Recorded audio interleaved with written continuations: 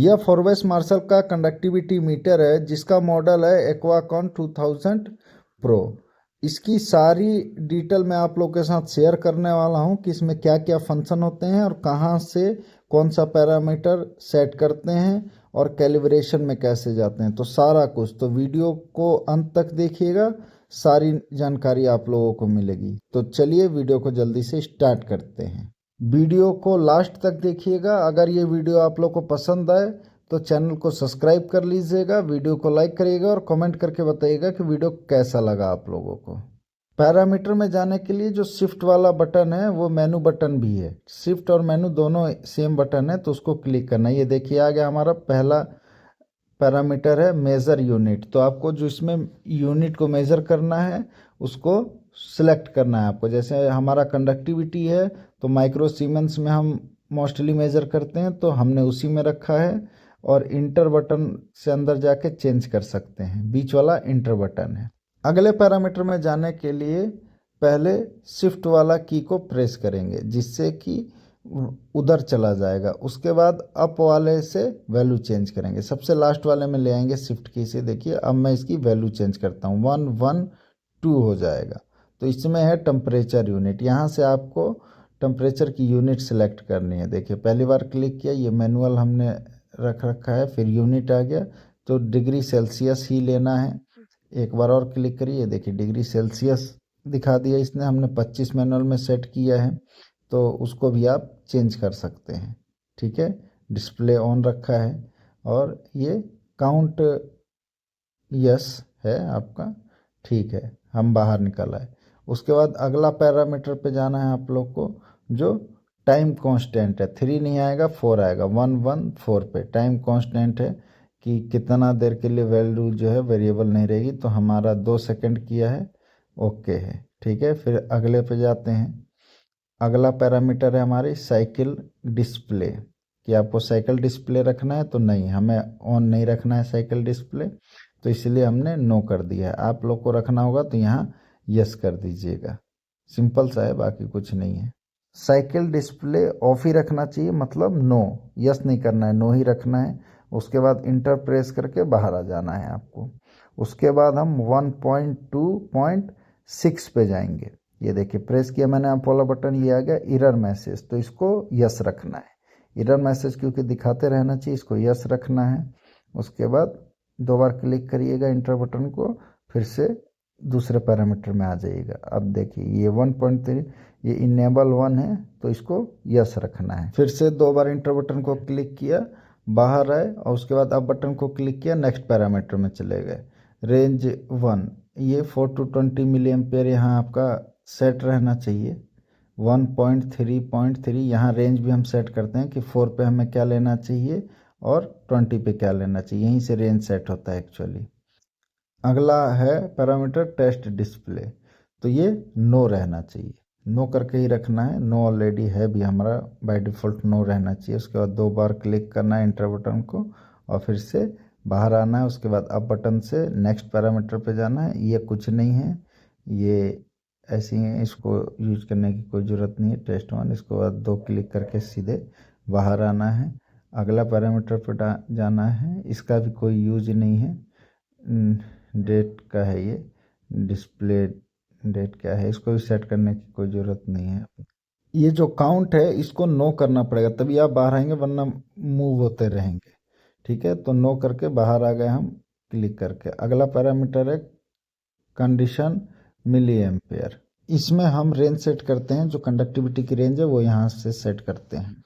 ये देखिए अंदर गए, इंटर बटन करके ये लीनियर, फिर से एक बार इंटर किया, फिर 4 मिली एम्पेयर पे आपको क्या वैल्यू चाहिए वो यहाँ सेट कर दें। जैसे 4 मिली एम्पेयर पे हमें 0 चाहिए तो हमने 0 सेट कर दिया। फिर आगे 20 मिली एम्पेयर पे क्या चाहिए, जैसे हमें 4 माइक्रो सीमेंस चाहिए तो वो हमने सेट कर दिया। तो यहाँ से आप इजीली सेट कर सकते हैं। मैं आपको 4 को 20 करके दिखाता हूँ। ये देखिए अब किया, ये 14 हो गया, एक और बढ़ाएंगे 20 के लिए, 24 हो गया।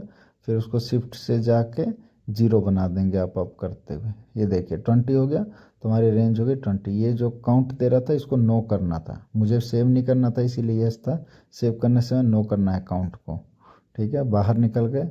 कोड 1, ये जो है पासवर्ड के लिए इसमें नो ही रहना चाहिए। अगर आप यस कर देंगे तो वो पासवर्ड मांगने लगेगा, तो इसको नो ही रखना है। कोई भी चीज़ बताई गई जो समझ में ना आ रही हो कैसे क्या करना है तो कमेंट करके आप पूछ सकते हैं, मैं ज़रूर आप लोगों को वहाँ से हेल्प करूँगा।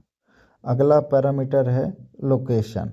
लोकेशन को हमेशा 0 ही रखना है। देखिए हमने सब में 0 ही रख रखा है।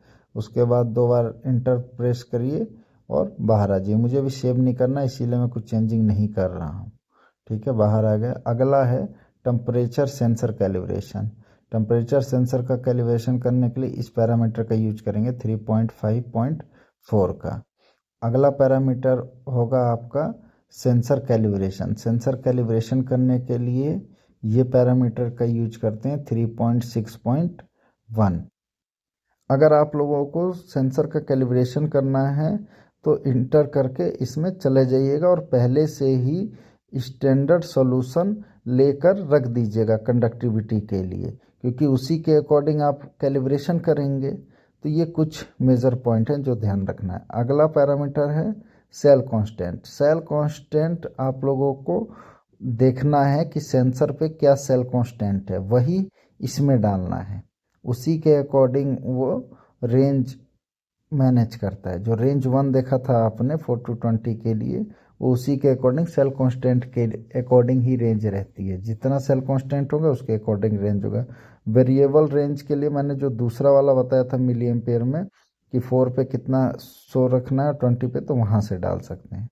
तो सेल कांस्टेंट जैसे कि इसमें कितना पड़ा हुआ है 0.010, तो इसकी जगह पे आप आराम से चेंज कर दीजिए। जैसे कि 1 है तो 1 चेंज कर लीजिए। हमारा सेल कांस्टेंट जो है वो 1 है, तो देखिए मैं इसको 1 सेट कर रहा हूँ, 1 हो गया।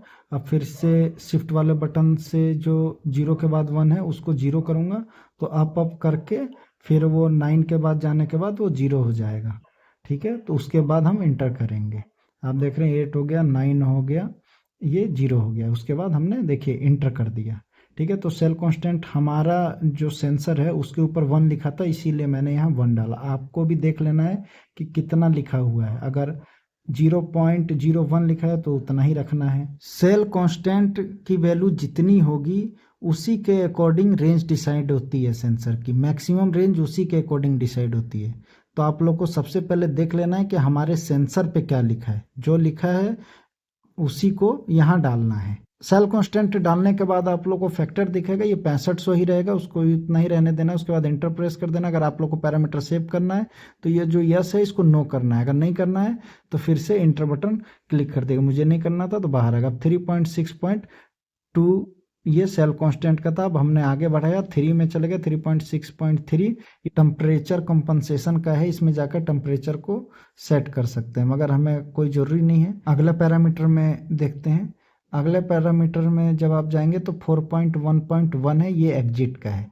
तो इसमें आने के बाद आप इंटर को क्लिक कर देंगे तो फिर से मेन डिस्प्ले पे आ जाएंगे। इसके आगे एक और पैरामीटर है 4.1.2 का, मैं आप लोग को जाके दिखाता हूँ। देखिए ये हमने अब बटन क्लिक किया, ये 4.1.2 हो गया। इसमें है फैक्ट्री कॉन्फ़िगरेशन। इसमें जाकर आप 2-3 बार इंटर कर देंगे और सेव कर देंगे तो ये फिर से कंट्रोलर पूरा रीसेट हो जाएगा। जो शुरू से इसमें डाटा पड़े थे वैसा हो जाएगा। जो भी कोई भी दिक्कत आ रही है तो वो क्लियर हो जाएगी। तो आप लोग अच्छे तरीके से समझ गए होंगे। अगर ये वीडियो आप लोग को पसंद आई हो तो चैनल को सब्सक्राइब कर लीजिएगा, वीडियो को लाइक करिए और कमेंट करके बताइएगा कि वीडियो कैसा लगा। अगर कोई भी मेरी आवश्यकता पड़ती है तो फिर से आप मैसेज कर सकते हैं, मुझे पूछ सकते हैं कोई भी अगर आप लोग को डाउट हो। देखिए मैं फिर से इसके 4.1.1 पैरामीटर में जा रहा हूँ जिससे मैं मेन डिस्प्ले पे आ सकूँ। ये देखिए अब वाले बटन को जल्दी जल्दी बढ़ा रहा हूँ। जैसे ही 4.1.1 आएगा उस पे मैं इंटर करके बाहर हो जाऊंगा। देखिए आ गया 4.1.1। ये देखिए हमने इंटर प्रेस कर दिया, ये मेन डिस्प्ले पे आ गए। तो सारा पैरामीटर मैंने आप लोग को अच्छे से समझा दिया है। वीडियो को पूरा देखिएगा और बहुत अच्छे से समझिएगा। आज के लिए इतना ही, फिर मिलेंगे नेक्स्ट डे नेक्स्ट वीडियो में। Thank you.